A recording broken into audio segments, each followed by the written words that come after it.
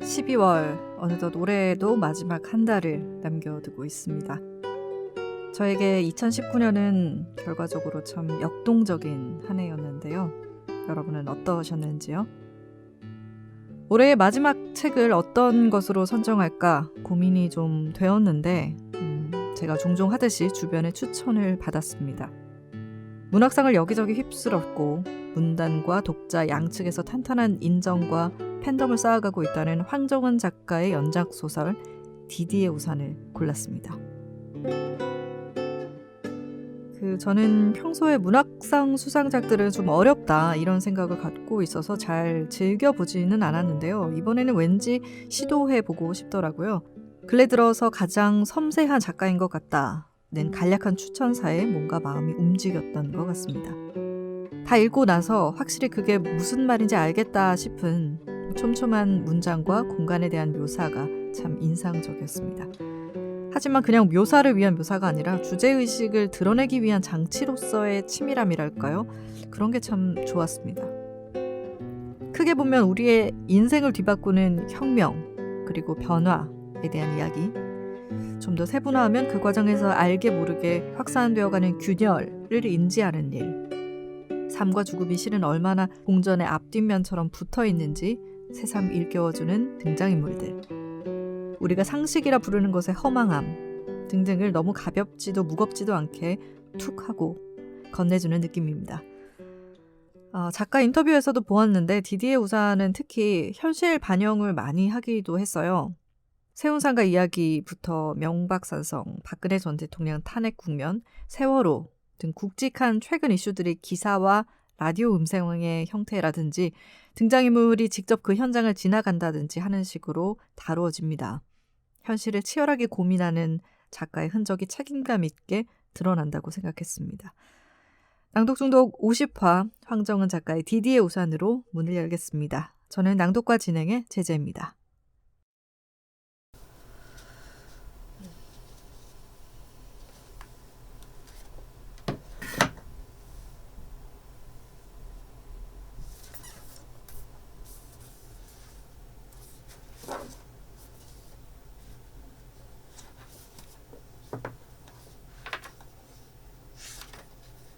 디는 턴테이블에 LP를 올렸다. 최초의 잡음이 들리자마자 눈을 감았다. 이제 음악이 시작된다는 신호였다. 바늘이 각작거리며 홈을 따라 나아갔다. 음악이 시작되었다.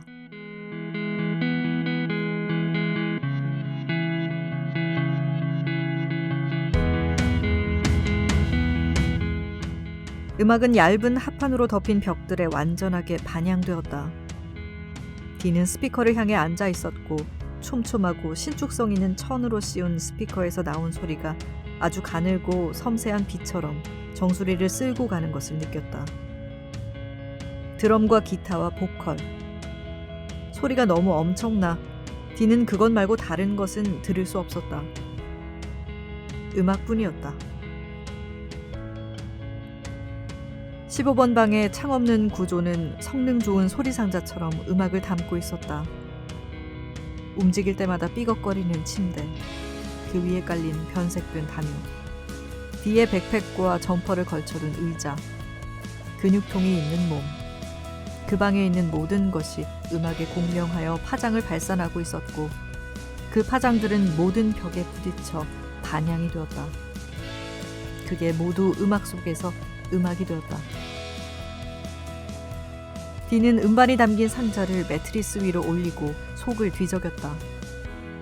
방학 때 받은 엽서들, 직접 만든 크리스마스 카드, 하드커버가 달린 일기장들, 3분의 2 정도를 쓴 노트를 넘겨보았다. 그 한 권의 노트에서도 디디의 필체는 변하고 있었다. 뒷장으로 넘어갈수록 세로 획이 급격하게 꺾이는 필체에서 꺾임이 사라지고 조금 더 단순하고도 가벼운 필체로. 디디는 필기구와 종이에 애착을 가지고 있었고 단지 종이에 뭔가를 적으려고 꿈이나 생각들, 책에서 읽은 것, 그날의 지출이나 짧은 이야기들을 기록해두는 습관이 있었다. 디는 천천히 페이지를 넘겼다. 글자로 가득한 페이지는 그렇지 않은 페이지보다 뻣뻣하고 무겁게 넘어갔다. 디는 그런 페이지에서 꿈 이야기를 읽었다. 꿈이었고 도서관에 갔고 거기서 책 몇 권을 빌렸다는 이야기였다. 첫 번째 트랙이 다 돌기도 전에 옆방에서 벽을 때렸다. 디는 상자 바닥에서 레볼루션이라고 적힌 책을 발견했고 그걸 무릎에 올렸다. 두꺼운 갈색 책이었다. 거친 합성지로 감싼 하드커버 장정에 아무런 장식 없이 검은 글자로 제목이 적혔는데 두께에 비해 무게가 덜했고 노란과 갈색으로 가름끈이 2개 달려 있었다. 첫 페이지에 누군가 붉은색으로 도장을 찍어두었다. 꼬불꼬불한 미로 같은 그 모양새를 한동안 보고 있다가 디는 그것을 읽어냈다. 이름이었고 디가 그 이름을 알았다. 박조배. 디디의 동창이자 디의 동창이었다. 초등학교를 함께 졸업한 동기생. 명동 거리에서 음반을 판다고 들었는데 지금도 그 일을 하는지는 알 수 없었다. 박조배의 책이 왜 여기에 있을까? 디는 아무렇게나 책을 펼쳤다가 힘의 범람이라는 구절을 보고 반복해서 그것을 읽었다. 범람, 힘의 범람. 누군가 다시 벽을 때렸고 이번엔 다른 쪽 방이었다.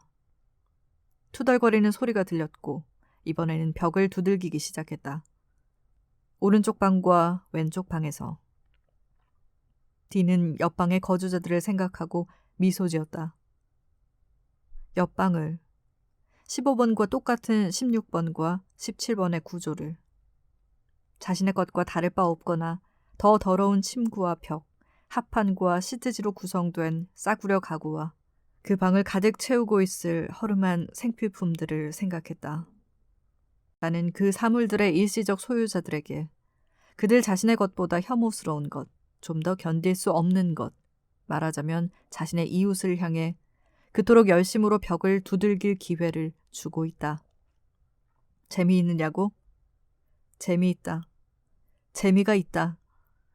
디는 책장을 한 장 더 넘기며 생각했다. 매트리스를 짓누를 때 말고는 존재감도 무게도 없어 무해한 그들. 내 이웃. 유령적이고도 관념적인 그 존재들은 드디어 물리적 존재가 되었다.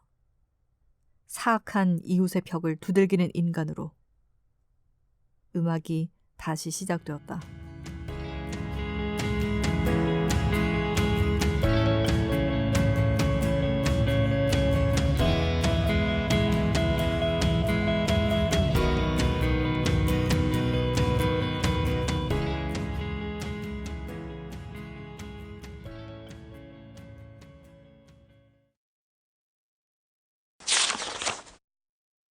무릎에 펼쳐진 신문이 바람에 부풀었다.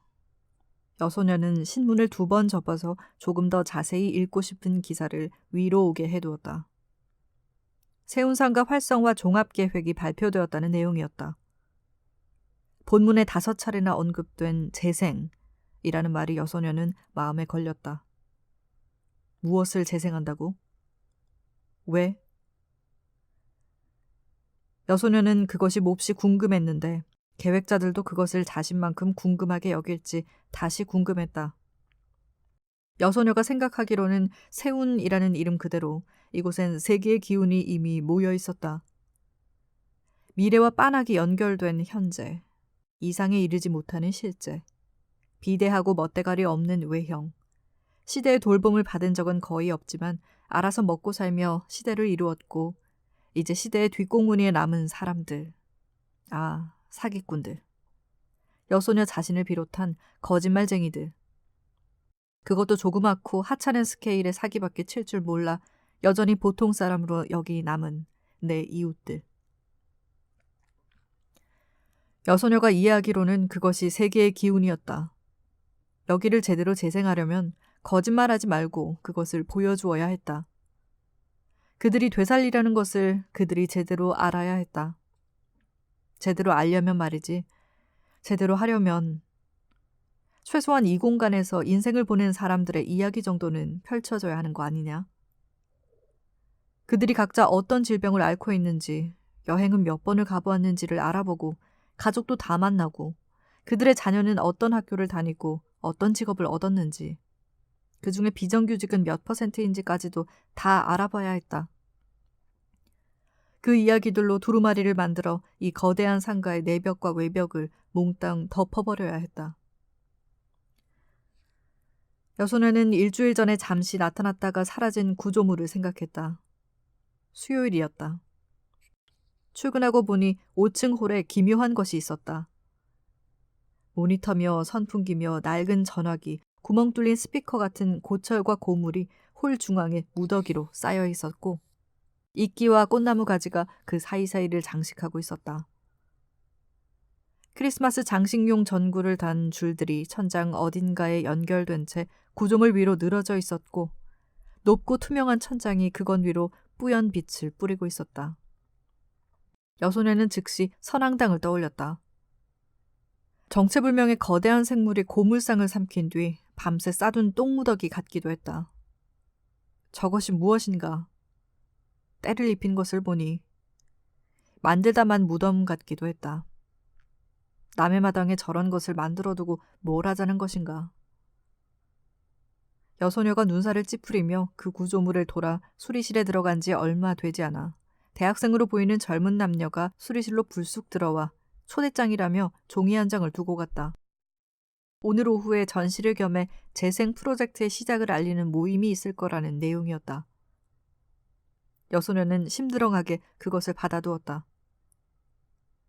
자기들끼리 뭔가 하고 사진이나 찍어가겠지. 늘 하던 가락대로. 오후가 되자 과연 전에 본 적 없는 사람들이 5층 홀에 모여서 어수선하게 뭔가를 하고 사진을 찍고 갔다. 그들이 모두 가버린 뒤에 여소녀가 나가보니 구조물이 남아있었다.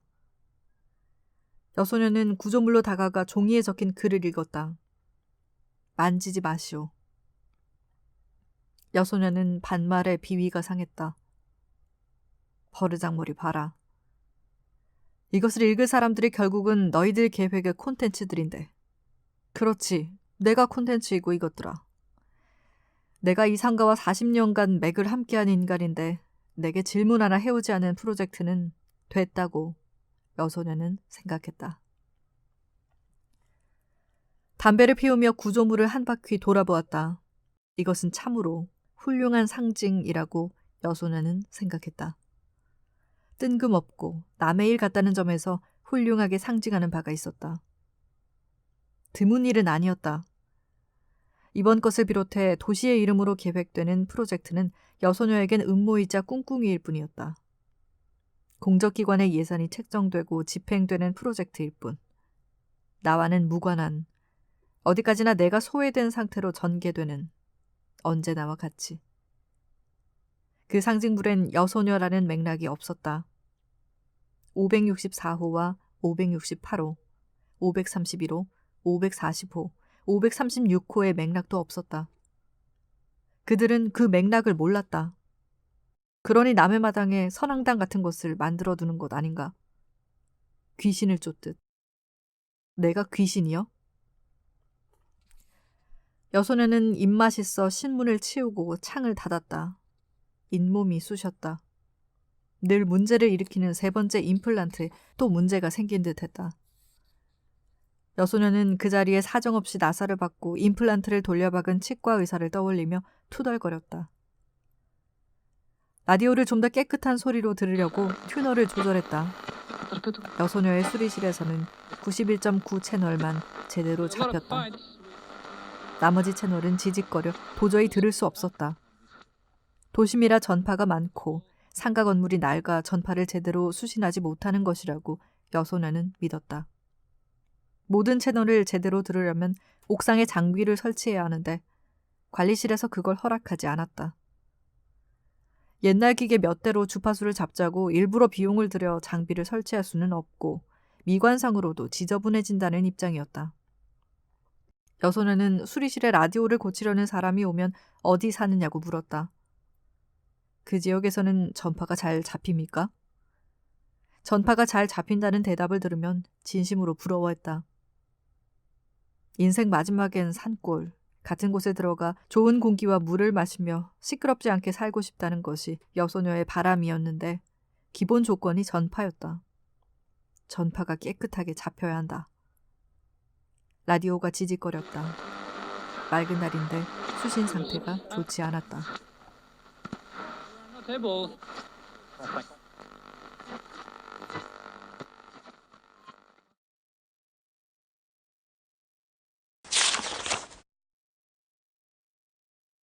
박조배는 스포츠백을 툭툭 두드리며 이 가방에 전 재산이 있다고 말했다.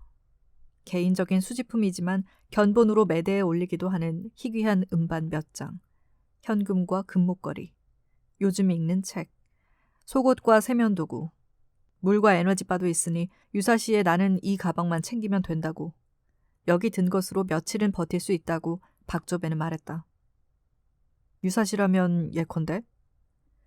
전쟁이나 방사능 유출이지. 디와 박조배는 속도가 느려진 인파와 더불어 잠시 서 있다가 다시 천천히 이동했다. 박조배는 조금 전에 묶은 매듭이 다시 헐거워지지는 않았는지 살피며 걷고 있었다.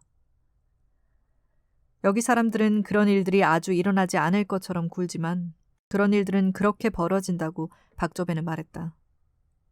불시에 사람들이 방심하고 있을 때. 그러면 사람은 증발하고 그들의 방과 물건들이 남는다. 유럽에서는 지금도 오래된 빌라에서 그런 방들이 발견되고는 한다. 내가 이탈리아에 있을 때 파리나 런던 어딘가에서 그런 방이 발견되었다는 뉴스를 가끔 보았다고 박조배는 말했다. 전쟁 때 떠난 사람이 돌아오지 않아 70년 동안 문이 닫힌 채로 방치되어 있다가 발견되는 방들. 그런 방에 남은 사물들은 그 자체가 유령인 것처럼 보여. 뚜껑 열린 향수병과 분첩이 놓인 화장대, 박제된 타조의 등 위로 급하게 던져진 숄, 마지막으로 차를 마신 흔적이 그대로 남은 탁자나 불 꺼진 난로 앞으로 내던져진 장화. 그런 것들은 어떤 순간에 직전이라는 것을 생각하게 만들고 그 순간까지 그 방에 머물던 사람이 어딘가에서 영영 증발했다는 것을 말해주는데 그 증발의 순간이 아주 갑자기라는 것을 보여준다고 박조배는 말했다. 1996년 8월 이후에 한 총련은 이적단체로 규정되었고 전명기 한 총련 의장은 수배된 뒤 구속되었으며 운동권에 대한 대학사회의 혐오, 특히 연세대 학내의 운동권 혐오는 되돌릴 수 없는 지경이 되었고 시위, 집회에 대한 사회 전반의 감정도 악화되었다. 체감상 학생운동은 끝났다.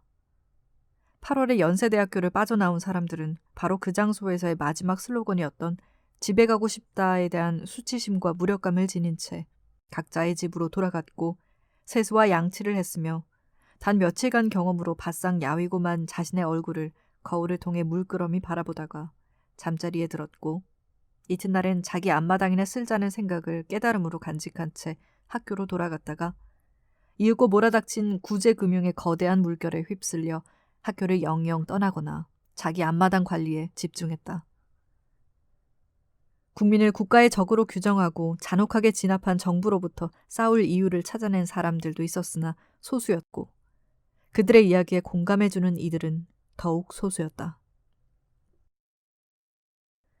서수경과 나는 1996년의 고립에 대해서는 별로 말하지 않았다. 각자가 그 안에서 무엇을 보고 느꼈는지를 말이다. 그 고립의 기억은 잊혀지지는 않고 다만 묻혀있다가 2008년 6월 10일 광화문대로에 명박산성이 등장했을 때와 2009년 1월 20일 용산에서 남일당 건물이 불타오르기 시작했을 때 구체적으로 환기되었다. 2008년 6월에 광화문대로를 가로막은 컨테이너 벽은 시위대가 기어오르지 못하도록 기름이 도포되어 있었고 명박산성이라는 이름으로 즉시 많은 이들의 조롱과 비웃음을 샀지만 이 벽이 완성되는 과정을 지켜보며 서수경과 나는 다른 사람들처럼 웃을 수가 없었다. 영박산성 이후 빠르게 발전해 마침내 세련된 형태로 완성된 차벽 봉쇄는 아마도 96년 학생 운동권에 고립해서 힌트를 얻었을 것이라는 게 서수경의 추측이었다. 96년이 체제에 영감을 주었을 것이라는 생각을 오랫동안 떨칠 수가 없었다고 서수경은 씁쓸한 얼굴로 말했다.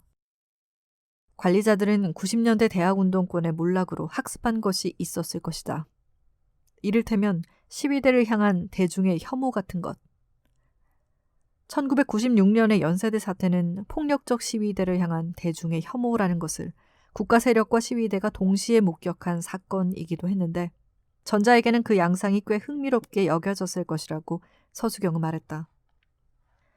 1996년 8월 15일에 연세대학교의 그 육중한 철문이 포크레인으로 뜯겼을 때 사람들은 큰 충격을 받았고 그것을 뜯어낸 쪽이 정부였는데도 시위대의 폭력성을 개탄했지. 유레카. 고위관리 중에 누군가는 그렇게 생각하지 않았을까? 물리적으로 고립시키고 폭력이라는 틀을 씌운다. 수단으로서 그것은 철저하고도 완전한 발견이었을 거야. 물리적 봉쇄와 이념적 봉쇄, 운동과 일상의 격리. 말하자면 일상적인 것에서 정치적인 것에 박리. 뭐가 됐든 차벽이 그것을 완성시킬 것이다. 차벽은 말이지. 차벽은 벽으로서 시위 관리에 동원되지만 시위대가 그것에 손을 대고 흔들기 시작하는 순간 그것은 더는 벽이 아니고 재산이 되잖아. 국가의 재산. 시위대의 움직임은 가로막힌 길을 뚫는 돌파 행위가 아니고 재산 손괴 행위가 된다. 관리자들이 행복해진다. 관리가 쉬워지니까. 더는 움직이지 못하도록 막아둔 뒤 시위대가 다녀간 자리에 남은 것들을 텔레비전이나 사진으로 대중에게 보여주면 되는 것이다. 파손된 차벽과 도로에 널린 깨진 유리 조각들을, 부서진 재물, 재산을. 운동이 아닌 관리자의 방향으로 대중의 공감이나 이입이 이루어지도록. 그렇게 되도록 하는 데에 재산 손괴만큼 효과적인 광경도 없을 거라고 서수경은 말했다. 재산 손괴 장면은 종종 인명 손실 장면보다도 효과가 강하지. 왜냐하면 그 장면에 대한 이입이 훨씬 더 쉬우니까.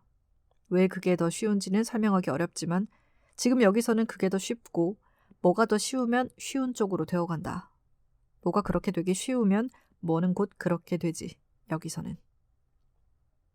그렇지. 툴을 쥔 인간은 툴의 방식으로 말하고 생각한다. 그리고 어찌된 영문인지 툴을 쥐지 못한 인간 역시 툴의 방식으로. 아버지는 이제 70대에 접어들었고 누군가가 식사를 차려주지 않으면 곤경에 빠지고 어느 서랍에 자기 양말이며 바지가 들었는지를 잘 모르고 잘 씻지 않고 아파도 스스로를 돌보지 않아서 어머니를 안달복달한 상태로 밀어넣고 자신을 내버려 둔다고 딸들을 원망하며 무언가를 혐오하는데 전보다 많은 시간을 보내고 있다. 젊음도 늙음도 혐오하는 그가 가장 혐오하는 것은 노조 활동과 폭로와 노무현인데 파업은 빨갱이 활동이고 삼성의 수십억 원대 비자금을 폭로한 김용철 변호사는 비열한 배신자이며 고 노무현 전 대통령은 가당찮은 자리까지 올라간 범인이다. 막노동에 나보다 많이 버는 것들이 무슨 노조며 파업이냐 라는 그의 불쾌에는 노동 혐오와 노동자 혐오가 동시에 있고 그보다 더 근본에는 약함을 혐오하는 마음이 있는 것 같고 특히 노무현 전 대통령을 향한 분노나 혐오에 종종 등장하곤 하는 말이 권위도 뭣도 없다 라는 점을 생각해 보았을 때 노동자, 김용철, 노무현을 향한 그의 혐오는 같은 물줄기가 아닐까 라고 김소리와 나는 대화를 나눈 적이 있었다. 그는 권위 없음을 혐오한다. 그는 힘 없음을 혐오한다. 그는 약함을 혐오한다. 아버지에게 힘이란 무엇이고 권위란 무엇일까? 그것을 생각할 때마다 나는 1980년대에 우리 가족이 사용했던 양철 밥상이 생각난다. 꽃과 이파리와 공작 그림이 색색으로 프린트된 둥근 은색 밥상. 1986년 아시안게임 체조 종목에서 서선행 선수가 금메달을 딴 날에도 우리는 그 밥상을 사용해 저녁을 먹고 있었다. 서선행 선수의 평균대 경기를 보도한 그날 뉴스의 끝자락쯤에 전두환과 노신영의 모습이 방영되었다. 그 장면을 보고 내가 아는 것을 자랑하려고 아빠, 대통령이 죽으면 국무총리 할아버지가 대통령이 되는 거지요? 라고 물었을 때 아버지가 양철 밥상이 튀어오르도록 다급히 몸을 기울여 손으로 내 입을 막았다. 나는 단지 내가 아는 것을 자랑하려고 했을 뿐인데 그는 그런 이야기를 해서는 안 된다고. 내가 그런 말을 하고 다니면 아버지가 군인에게 잡혀간다 라고 말했다. 아버지는 겁에 질려 있었다. 이렇게 가정해볼까? 아버지가 말하는 권위는 곧 힘이고 힘이란 곧 누군가를 공포에 질리게 만들 수 있다는 사실이다. 사적인 공간에서 누가 들을까 두려워 급하게 자식의 입을 틀어막게 만든 힘. 그는 그런 힘을 경험했고 그것이 힘이라는 것을 알며 힘이란 곧 그게 되었다. 그게 없음을 그는 혐오한다. 권위 없음을 혐오한다.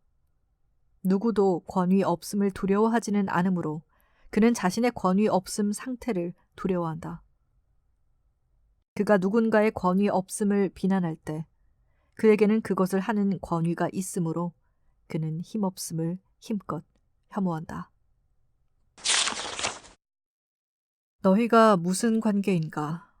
나는 궁금하다. 그렇게 묻는 우리의 이웃은 그것이 정말 궁금할까? 그 궁금함의 앞과 뒤에는 어떤 생각이 있을까? 그것은 생각일까?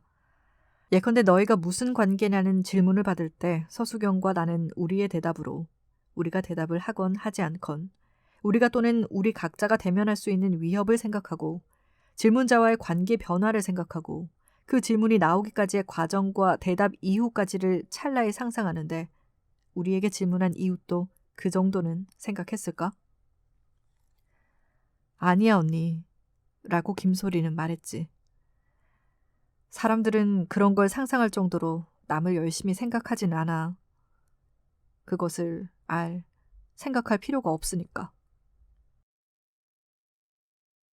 오일러의 운동 방정식과 베르누이의 방정식을 사용한 계산으로 푸가초프의 코브라 기동 원리를 설명할 수 있었던 서수경은 그 계산법을 배운 전공을 버리고 말 그대로 서적이며 자료며 작은 모형들이며 전공과 관련된 모든 것을 버리고 학교 이름이 양각된 둥근 무쇠 문진 하나만을 남겼는데 그 문진이 남은 이유는 내가 그걸 내 책상으로 가져와 메모지들을 누르는 데 사용하고 있었기 때문이었다.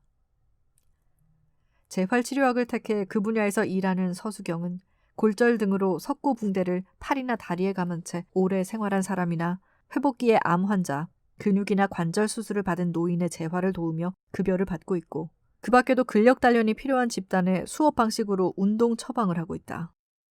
서수경이 수업으로 만나는 사람들은 서수경에게 종종 중매를 제안한다.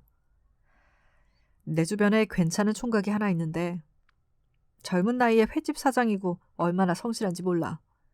횟집 사모님이 되어보는 건 어때? 대학에서 일본어를 가르치는 교수래.